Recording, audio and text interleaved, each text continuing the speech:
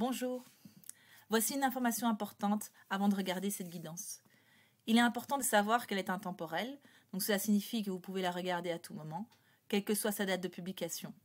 Ça veut dire aussi que vous pouvez revenir la voir à tout moment et éventuellement sélectionner un autre choix pour obtenir une nouvelle réponse à une autre problématique. Cette guidance est également collective.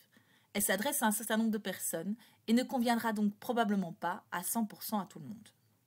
C'est pourquoi il est important de faire preuve de discernement pour pouvoir faire la différence entre ce qui vous concerne vous ou ce qui concerne quelqu'un d'autre. Si cette vidéo semble ne pas vous correspondre, c'est qu'elle ne vous est pas destinée dans votre ici maintenant. N'hésitez pas à y revenir ultérieurement, à faire un autre choix ou à regarder une autre guidance. Il est important d'être à l'écoute de ces ressentis. Vous êtes votre meilleur guide. Donc, si lors de la guidance, vous avez une interprétation personnelle qui est différente de la mienne, surtout écoutez-vous. Si vous êtes en souffrance, rappelez-vous que rien ne remplace un accompagnement individuel. N'hésitez donc pas à vous adresser à un professionnel en cas de besoin.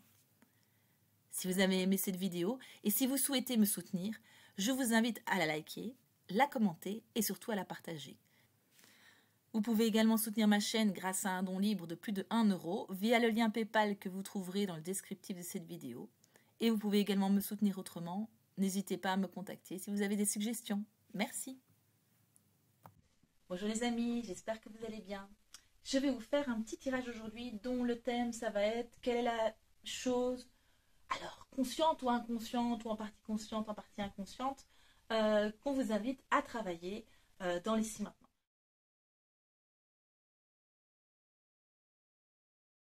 Bonjour chers amis du choix numéro 1, vous qui avez choisi la boule bleue. Nous allons voir un petit peu ce message du jour. Alors, la vérité cachée ici, qu'est-ce qu'elle évoque? Elle évoque le fait que vous ayez éprouvé le besoin à un moment donné ou à un autre d'enjoliver la réalité, d'imaginer les choses telles qu'elles n'étaient pas vraiment, mais en les rendant plus agréables. Donc ça parle du fait que dans le quotidien ou dans ce que vous vivez pour le moment, il y a des choses qui sont particulièrement difficiles ou qui l'ont été, et que la position que vous avez prise a été plutôt le repli sur vous-même en imaginant que finalement la situation était plus agréable que ce qui n'y paraissait. Un petit peu comme quand on était enfant et qu'on s'imagine être dans un château alors qu'on est dans une boîte en carton, c'est un petit peu le même état d'esprit. Donc ici, qu'est-ce qu'on vous invite à faire par rapport à ça?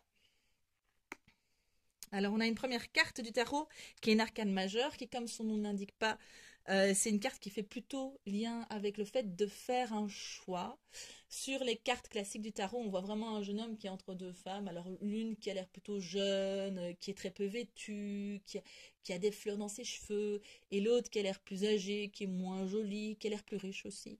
Donc, on pourrait dire, ben voilà, ça peut être le choix entre le confort matériel et le fait d'être libre et de choisir vraiment celle qu'on souhaite. Ça peut être aussi le choix entre sa mère et sa nouvelle amoureuse. Ça peut être plein de choses. Alors là, bon, je vous parle de l'amour, mais de manière générale, dans l'amoureux, il y a le fait à un moment donné de faire un choix et peut-être même de sortir de cette notion de dualité, je choisis l'un ou je choisis l'autre, pour élargir son champ des possibles et pour pouvoir faire le seul vrai bon choix, qui est le fait de se choisir soi et de choisir de faire ce qu'on a vraiment envie de faire. Alors ici, donc on a le valet de coupe. Le valet de coupe qui parle quand même d'un nouveau départ au niveau émotionnel. Donc ici, voilà, c'est un tirage, ça peut parler évidemment de relations amoureuses, mais pas nécessairement, pas obligatoirement. Ça peut être aussi une relation affective que vous pouvez avoir. Et donc vraiment, il y a cette notion de nouveau départ ou d'arrivée de quelqu'un de nouveau dans votre vie qui vous permet d'avoir un certain nouveau départ au niveau émotionnel. Les couples, c'est souvent en lien avec l'émotionnel. C'est pour ça qu'ici on a un personnage féminin en fait qui tourne le dos, qui s'en va, qui finalement quelque part quitte le fait de choisir l'un ou choisir l'autre, mais je vais choisir la troisième voie qui est le fait de me choisir moi. Et donc ici on a une ressource,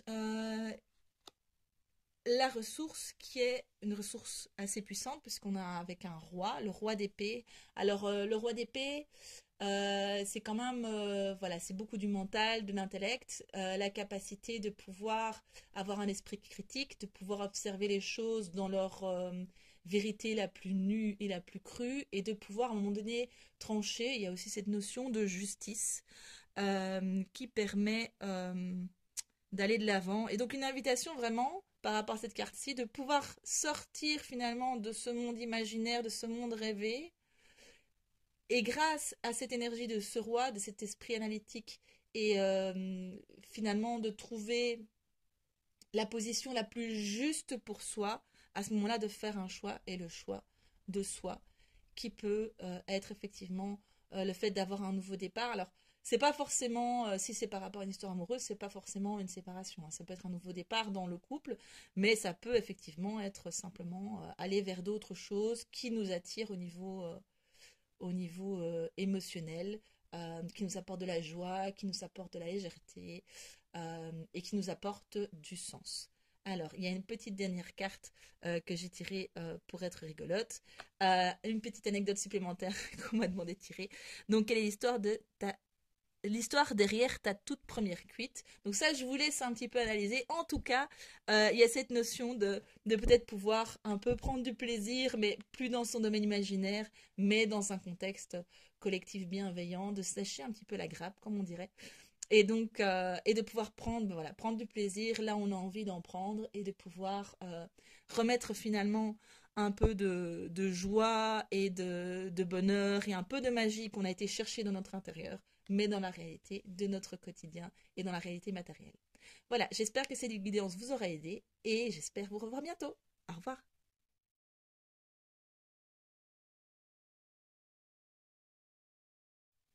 Bienvenue à toi pour le choix numéro 2, donc le choix de la boule verte. Alors verte, on parle un peu du chakra du cœur, donc pouvoir être dans l'espace de ses émotions, mais dans l'ouverture du cœur, dans l'accueil finalement mais de l'amour, j'ai envie de dire, sous toutes ses formes, parce qu'il y a plein de formes d'amour. Il y a celle qu'on reçoit des gens autour de nous, mais aussi, voilà, pour moi en tout cas, l'amour qu'on reçoit par l'environnement, le fait de pouvoir se sentir bien dans une belle balade en forêt, de voir une aurore ou le crépuscule, enfin je veux dire voilà des belles couleurs. Donc ça aussi pour moi c'est de l'amour qu'on reçoit mais sous une autre forme.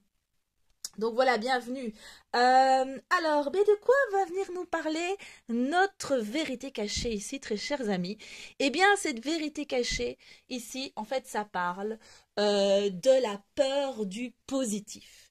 Il y a plusieurs choses qui peuvent entrer là-dedans. Ça peut être le fait que, en fait, c'est trop beau pour être vrai. Alors parfois ça l'est, mais c'est bien de vérifier quand même. J'ai déjà eu des belles surprises à ce niveau-là. Il y a aussi cette notion de je peux pas prendre le risque de profiter finalement de la joie ou du cadeau ou de ce que la vie m'apporte là parce qu'en fait je risque d'être déçue et donc c'est plus facile pour moi à gérer de ne pas profiter de ce positif qui m'arrive plutôt que d'être à nouveau déçue et de la blessure profonde que ça pourrait engendrer.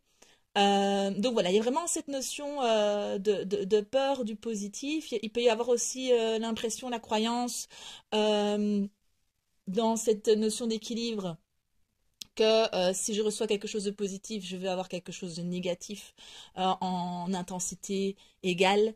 Donc tout ça, ce sont des croyances évidemment qui sont limitantes et qui sont issues d'expériences souffrantes passées.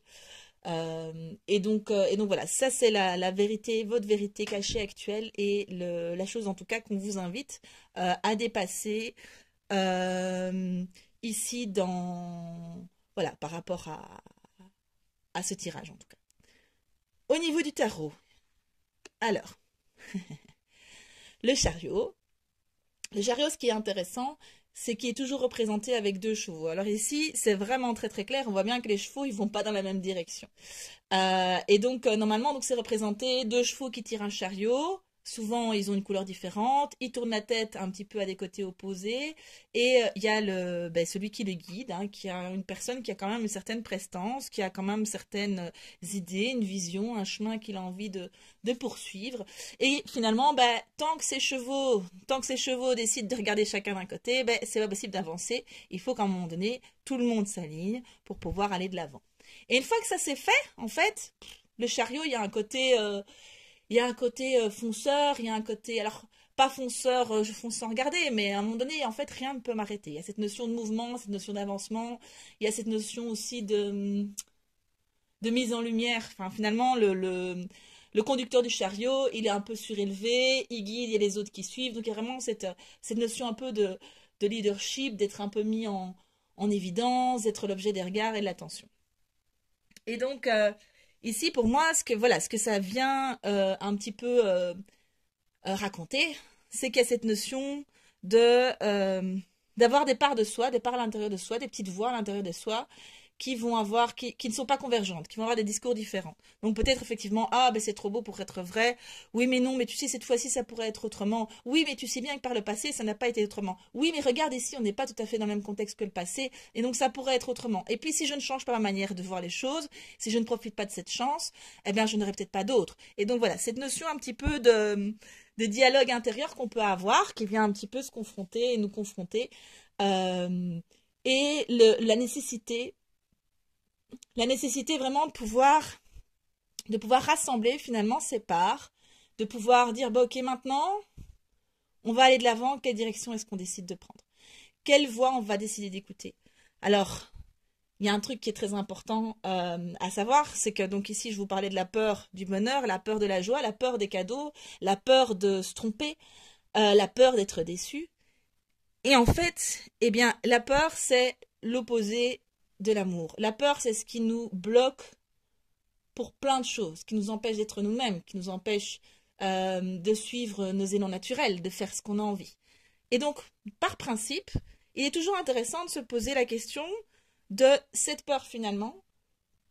Dans quelle mesure est-ce que c'est quelque chose de positif pour moi? Est-ce que ça m'apporte quelque chose? Si j'ai peur quand je suis face à un tigre, c'est un processus de protection qui est plutôt sain, qui va me permettre de prendre des bonnes décisions pour pouvoir préserver ma vie. Si j'ai peur ici d'une opportunité professionnelle, de quelqu'un de bienveillant que je rencontre et qui m'attire et avec qui j'ai envie d'approfondir la relation, de quoi est-ce que ça me protège vraiment? Et est-ce que ça me protège vraiment ou est-ce que finalement ça ne me maintient pas plutôt dans quelque chose de pas chouette? Et donc c'est plutôt l'inverse. C'est une réflexion intérieure à avoir. Je n'ai pas de réponse à votre place, à vous de voir. Et donc voilà, donc il y a cette notion vraiment là qui vient se mettre. Alors ici la dernière carte, je crois que je l'avais retournée. Elle était tombée retournée.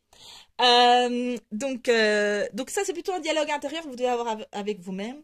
Et ici, eh bien, ce que parle en fait le 4 de bâton, ça parle de pouvoir profiter du bonheur simple, de pouvoir se reposer, d'être dans la joie, dans un environnement paisible et doux, j'ai envie de dire quelque chose. Il y a cette notion aussi parfois de nouveaux partenariats ou de nouvelles relations, quelles qu'elles soient. Et alors, ce qui est très intéressant, et si vous le voyez vraiment visuellement, c'est qu'ici, ben, vous avez donc les deux personnages qui s'opposent, les deux chevaux qui s'opposent, et là on a deux lapins, et finalement, ben, ils font une sorte de danse, et le mouvement, ils ont trouvé finalement leur propre mouvement, qui n'est pas d'aller de l'avant, mais qui est plutôt un mouvement, alors en cercle, mais moi j'entends plutôt en spirale, j'aime bien la notion spirale, donc pouvoir un peu sortir de notre schéma répétitif, c'est plus intéressant, et d'ailleurs c'est toujours comme ça en fait, hein. Les schémas répétitifs, on n'a pas notion, mais c'est pas un cercle en deux dimensions, c'est une notion de spirale. Et donc ici, il y a vraiment cette notion de trouver son propre mouvement, de pouvoir à un moment donné, plutôt qu'aller regarder finalement ces deux parts, vont regarder des situations posées, mais de pouvoir les rassembler d'une manière ou d'une autre, ici les têtes sont l'une contre l'autre, et de pouvoir créer une nouvelle dynamique, qui est une dynamique juste et bienveillante pour soi. Donc, comment sortir? Donc d'abord faire la part évidemment de qu'est-ce qui suscite la peur, est-ce que cette peur est justifiée, est-ce que je peux aussi mettre des choses en place pour pouvoir prendre soin de cette peur, parce qu'en fait le but n'est pas de dire ah ben c'est pas bien, je devrais pas ressentir de la peur. Cette peur elle est là et elle a le droit d'exister. Donc qu'est-ce que je peux mettre en place pour prendre soin peut-être de cette peur? Ok, bon, j'ai peur d'un tigre, mais je vais venir avec un guide qui va pouvoir justement éviter qu'il y ait un accident avec ce tigre. Ça pourrait être des choses comme ça. Ça peut être aussi, ben, ok, j'ai peur, mais je me rends compte que cette peur, elle n'est pas du tout rationnelle et elle n'est pas bénéfique pour moi. Et donc, j'accepte le fait qu'il y ait cette peur, mais c'est pas elle qui va décider et c'est moi qui vais reprendre le contrôle de ma vie, donc par rapport à ça. Donc il y a vraiment cette notion de pouvoir à la fois être à l'écoute de sa peur et dans l'acceptation de sa peur, mais sans pour autant lui donner le pouvoir. Et donc ça, c'est ce qui est important. Si on veut revenir à son pouvoir personnel, ce ne sont pas nos émotions qui vont nous contrôler. Et donc on revient à cette notion-là et de voir peut-être, ce qui peut être intéressant, c'est que parfois la solution, c'est pas A ou B. Parfois la solution, ça peut être un C, ça peut être un O, ça peut être un D. Et on a toujours tendance à penser de manière binaire, mais peut-être faire preuve de créativité pour à la fois pouvoir contenter notre part de nous qui est dans la peur et pouvoir répondre à cette part de nous qui aspire à, voilà, au bonheur et à des choses plus grandes et à être plus heureux au quotidien. Donc voilà, c'était votre guidance, j'espère que ça vous a plu et puis à bientôt.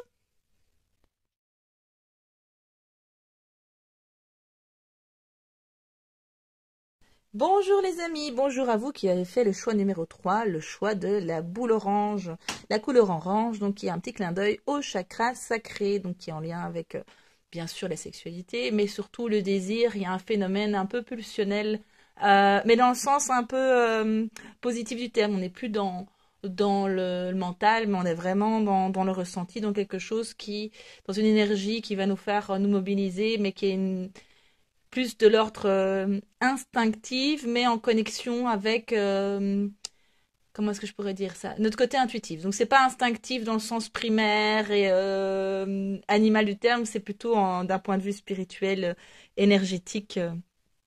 Donc voilà, il y a vraiment cette notion de désir, quoi, cette énergie de mobilisation positive, mais qui est vraiment ouais, qui est liée à quelque chose d'impalpable quand même et plus de l'instinctif. Alors, ben pour vous, j'ai deux vérités cachées que je dois vous transmettre. Celui-ci, c'est l'identification. Donc ça, c'est en fait, c'est le fait de se sentir identifié, soit à des rôles, soit à des croyances, soit à des modes de fonctionnement. Typiquement, c'est quand bah, par exemple pour une femme, de s'identifier très fort à son rôle de maman et de ne plus être conscient de tous les autres aspects qui sont importants et qui la constituent. Et donc, où elle va rester peut-être dans un cadre qui est son rôle de maman, sans penser qu'elle peut sortir de ce cadre-là. Alors, c'est vraiment pas un jugement, hein, donc c'est vraiment, ça, chacun fait un petit peu comme il le sent. Mais c'est aussi, dans les croyances, ça peut être, pour bien gagner sa vie, il faut travailler dur et faire des longues journées. L'argent, ça ne pousse pas sur les arbres. Bon, ben voilà, ça c'est un exemple aussi. C'est une identification à une croyance. Et donc, ça veut dire que dans ma croyance, pour avoir généré des revenus confortables, je vais devoir travailler beaucoup. Et donc, je vais être bloquée par ça. Non, mais en fait, c'est pas toujours comme ça. Ça dépend ce qu'on fait, ça dépend comment est-ce qu'on le fait, ce qu'on met en place. Donc ça, c'est un petit peu voilà, ce que raconte cette carte-ci. Alors, ce que raconte cette autre carte, c'est une autre notion qui est la notion d'incompatibilité. Alors, je ne sais pas pourquoi est-ce que voilà, les deux sont sortis en même temps, mais je suppose que vous le saurez. Alors, l'incompatibilité, c'est cette notion qu'en fait, parfois, dans la relation à l'autre, alors que quel que soit le type de relation qu'on a, ça peut être au niveau de la famille, ça peut être une relation amoureuse, ça peut être une relation professionnelle, ça peut être plein de choses, euh, eh bien, il y a des personnes qui sont incompatibles ou qui peuvent être compatibles, on va dire, sur un plan professionnel, mais pas sur un plan amoureux ou vice-versa. Enfin, je veux dire, il y a plein de choses qui peuvent entrer là-dedans. Et ben voilà, on a beau essayer, hein, on n'arrive pas à pouvoir fonctionner ensemble. Donc ça peut être aussi dans ce contexte-là le fait que ben, comme on ne veut pas voir cette notion d'incompatibilité, qu'on a vraiment envie que notre duo fonctionne, bien on va être dans l'hyper-adaptation, c'est-à-dire que je vais mettre de côté mes modes de fonctionnement ou mes besoins ou mes attentes pour arriver à ce que je puisse à s'adapter totalement à l'autre, à ce que l'autre veut ou à ce que l'autre fait pour pouvoir fonctionner avec lui. Et donc ça, c'est vrai que c'est voilà, c'est triste. Et parfois, on peut être compatible à un certain moment et plus compatible à partir d'un autre moment parce qu'on a nous-mêmes évolué, parce que notre situation a changé. Ça peut être plein de formes d'incompatibilité. Ça peut être aussi de l'incompatibilité horaire. C'est très pragmatique, mais voilà, parfois on peut arranger ça, mais on ne sait pas toujours le faire. Donc, et de nouveau, ça dépend ici. Peut-être que votre question, c'est par rapport à un petit élément de vie. Ben voilà, je sais pas moi par rapport au fait de faire du sport avec votre partenaire, et vous, votre truc c'est le yoga, et votre partenaire, ben, son truc c'est de faire de la salle de sport et de la musculation. et vous allez faire l'effort de l'accompagner parce que vous dites, bon ben voilà, quand même, j'aimerais vraiment qu'on fasse du sport ensemble, et puis en fait ça vous convient pas, ça vous ennuie, ça génère de la frustration, puis après de la colère qui se ressent évidemment dans la relation, etc. Donc c'est plus voilà, notion d'incompatibilité dans le sens le plus large du terme et en lien évidemment avec votre question. Donc ce qui est vraiment important dans ces cas-là, c'est à un moment donné de revenir sur, j'ai envie de dire, la réalité pragmatique qui est de quels sont mes besoins, quels sont les besoins de l'autre, à quel endroit on peut faire preuve d'une certaine flexibilité et certaine adaptation, et à quel endroit on ne peut pas le faire. Maman disait toujours faire des compromis sans se compromettre. Il y a vraiment cette notion de quel est le truc qui est vraiment en fait malgré tout ce que je veux, c'est vraiment un besoin fondamental pour moi par rapport à ma personnalité et par rapport à qui je suis et qui est peut-être une contrainte mais qui est aussi peut-être un atout dans ma vie sûrement d'ailleurs. Et donc sur lequel je ne peux pas faire l'impasse.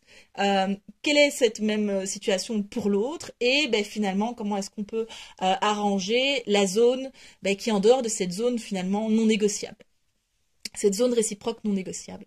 Donc vraiment le fait de sortir de revoir nos attentes, nos souhaits et de voir quelles sont surtout finalement cette zone d'incompatibilité et de pouvoir aussi simplement être dans le lâcher prise, dans l'acceptation de cette incompatibilité, qui ne veut pas forcément dire que la relation n'est pas possible ou que voilà, ça peut être qu'on aménage autrement, ça peut être qu'on fonctionne autrement plutôt que fonctionner à deux comme ça, on va fonctionner à deux comme ça, ou à deux comme ça, ou un comme ça et l'autre comme ça, enfin tout est possible. Donc techniquement, il faut vraiment sortir de nos schémas de fonctionnement habituels pour trouver des solutions qui sont créatives, qui sont peut-être des solutions uniques, qui sont peut-être jamais vues auparavant, et en fait on s'en fout. Si vous arrivez à trouver une solution qui est win-win, c'est toujours top.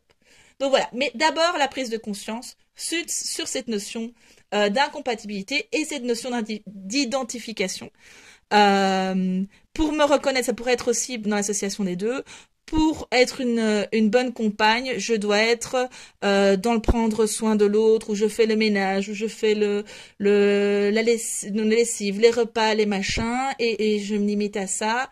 Et en fait, l'autre, lui, et c'est important pour moi d'avoir une maison en ordre, essentiel.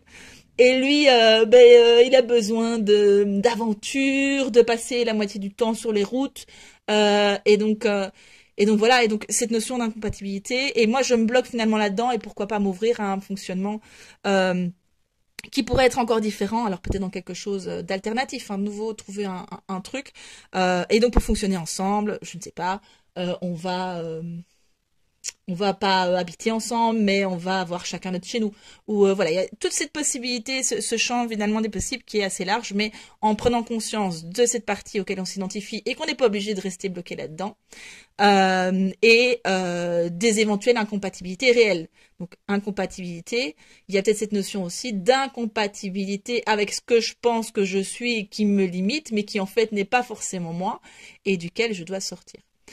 Donc voilà, donc ça c'est des conditionnements qu'on se fait souvent, alors des conditionnements sociétaux et des conditionnements qui sont, j'ai envie de dire, auto-établis. Donc on s'établit par soi-même, qui sont liés aussi à l'éducation, liés au contexte social, etc. Donc vraiment il y a cette notion, cette notion de libération, de liberté peut-être avec cette carte d'identification, de pouvoir sortir finalement de certains schémas de pensée. Alors, que dit notre carte du tarot ?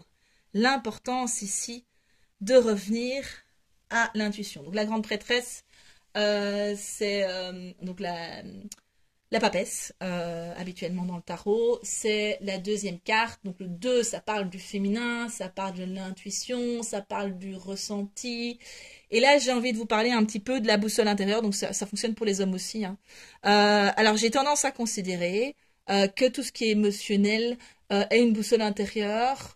Pas forcément de la décision qu'il y a à prendre, mais en tout cas d'un petit travail de réflexion qu'il y a à faire pour pouvoir prendre une décision. Et dans l'inconfort, est-ce que c'est vraiment une situation qui me convient? Est-ce que c'est une part de moi blessée qui fait que ça me bloque? Est-ce qu'il y a des croyances limitantes qui sont à l'œuvre? Est-ce qu'il y a des choses que je ne suis pas forcément prête à voir? Donc voilà.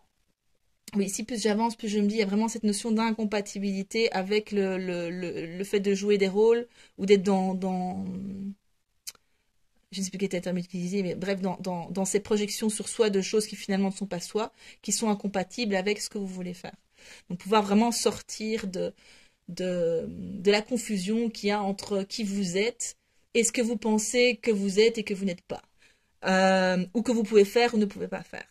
Donc voilà, vraiment revenir à son pouvoir personnel, revenir à cet aspect émotionnel, à l'écoute de soi, dans cet aspect intuitif et un peu tout ce côté euh, d'accueil, parce que le masculin, on va dire, généralement, on va parler d'action, de poser, oui, vraiment poser des actes, d'être dans un mouvement. Et ici, avec ce féminin, on est plutôt sur de la réceptivité, de l'introspection, de l'écoute, peut-être un travail avec son inconscient. Ça peut être intéressant d'aller faire des séances d'hypnose, ce genre de choses, pour justement aller voir un petit peu là-bas derrière ce qui se passe, qu'est-ce qu'on a vraiment envie de dire. Si vous n'arrivez pas à avoir accès à certaines choses de vous, vous sentez qu'il y a des choses qui coincent, mais vous n'arrivez pas à comprendre ce qu'il y a derrière, ça peut être intéressant. Il peut y avoir plein de choses qui se jouent du transgénérationnel, il peut y avoir des égrégores sociétaux. Alors, c'est pas forcément bien ou mal, c'est la situation dans laquelle on est, des conditionnements. Il peut y avoir des choses aussi karmiques, donc qui pourraient être liées à des vies antérieures. Alors vous y croyez, vous n'y croyez pas, ça bien sûr c'est libre à vous. De toute façon, un travail en hypnose permet d'avoir accès à des parts de notre inconscient et de permet aussi à ce que des choses auxquelles on ne pensait pas puissent ressortir.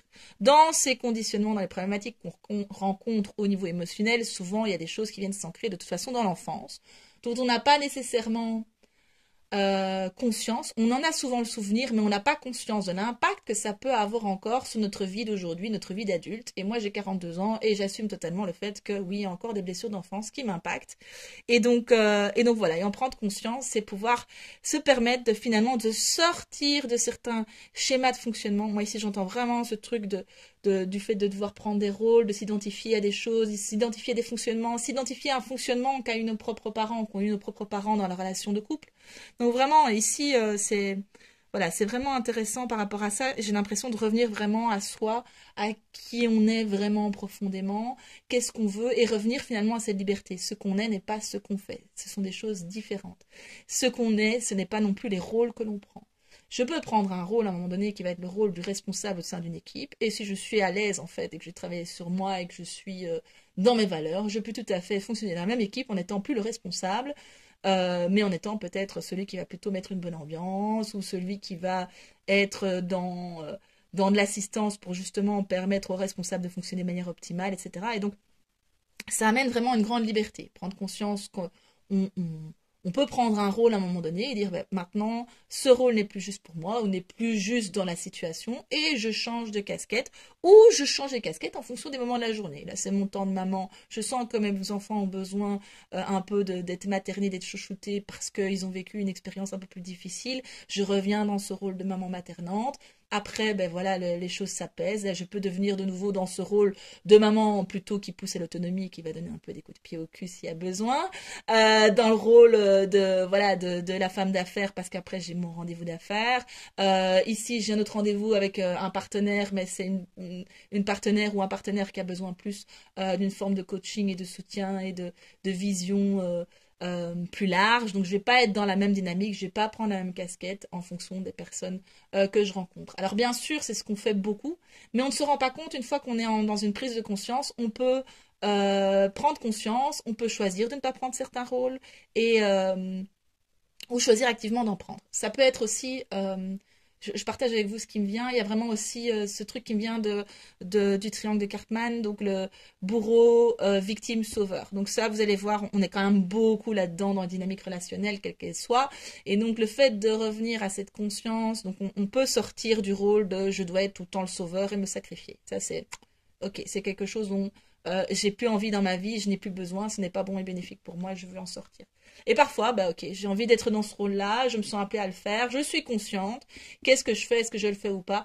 Ok, je vais le faire, mais je vais mettre peut-être quelques garde-fous, ou je vais accepter de le faire parce que je sens que c'est aligné pour moi, et j'en suis consciente, et donc il n'y aura pas non plus tous des enjeux de oui, mais enfin, mais il n'a pas réagi comme je voulais ou quoi, et donc on sort vraiment, enfin, du fait de revenir dans son pouvoir personnel et de choisir finalement le rôle qu'on décide de jouer dans une situation, nous permet aussi d'éviter des biais négatifs dans la relation à l'autre parce que on s'est senti obligé de. Se sentir obligé de, les il faut, je dois, ça c'est un truc qui crée beaucoup de tensions et de problèmes dans les relations aux gens. Donc le fait de pouvoir mettre plus de conscience, de revenir dans cette introspection, de suivre aussi notre feeling, ouais, ok, là je suis dans un truc, mais c'est pas l'idéal, mais je sens que c'est quelque chose que j'ai envie de faire, donc je le fais. Donc ça c'est ok. Alors, dernière carte, le chevalier de bâton. Donc ça, c'est une carte où il y a pas mal de mouvements, le chevalier de bâton. C'est quand même une énergie assez yang, assez masculine, d'action, de mouvement, de... comment est-ce que je pourrais dire ça ça peut être des déplacements, l'aventure, de la nouveauté. Il y a quand même une certaine rapidité. Hein. Ça peut représenter aussi une personne qui va amener une nouvelle vision, un nouveau champ des possibles.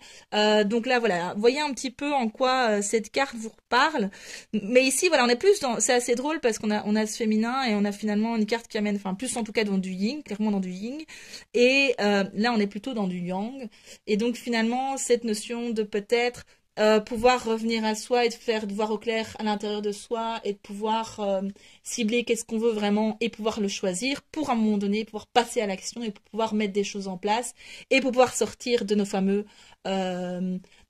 identifications qui viennent finalement nous bloquer et peut-être pourquoi pas euh, par ce fait-là pouvoir se libérer de cette incompatibilité qui ne sera plus en fait. C'est une incompatibilité finalement avec quoi, là je vous le demande, avec quoi le fait de vous identifier à quelque chose vous rend incompatible, ça rend, oui, vous rend incompatible à une situation, à une relation, à une aspiration, à un rêve. Donc là, on va débloquer vraiment cette énergie-là qui va permettre de débloquer le fait que ce soit incompatible. Ça ne sera plus incompatible. Je sors de mon mode de schéma de fonctionnement de pensée. Mon champ des possibles s'élargit. Je réfléchis à ce que je veux vraiment. Je regarde qu'est-ce qui est vraiment important pour moi. Et à partir de là, je peux passer à l'action. Je peux finalement faire de nouvelles choses, découvrir de nouvelles choses. Il y a cette notion de voyage aussi avec cette carte. Donc ça peut être un voyage physique bien sûr, mais ça peut être simplement, comme je vous parlais, voyager à travers différents rôles. Là, j'ai envie, dans cette situation-là, d'expérimenter tel positionnement. Et donc voilà, de pouvoir l'expérimenter. Bon, c'est tout pour moi, les amis. J'espère que cette guidance vous aura aidé. À tout bientôt.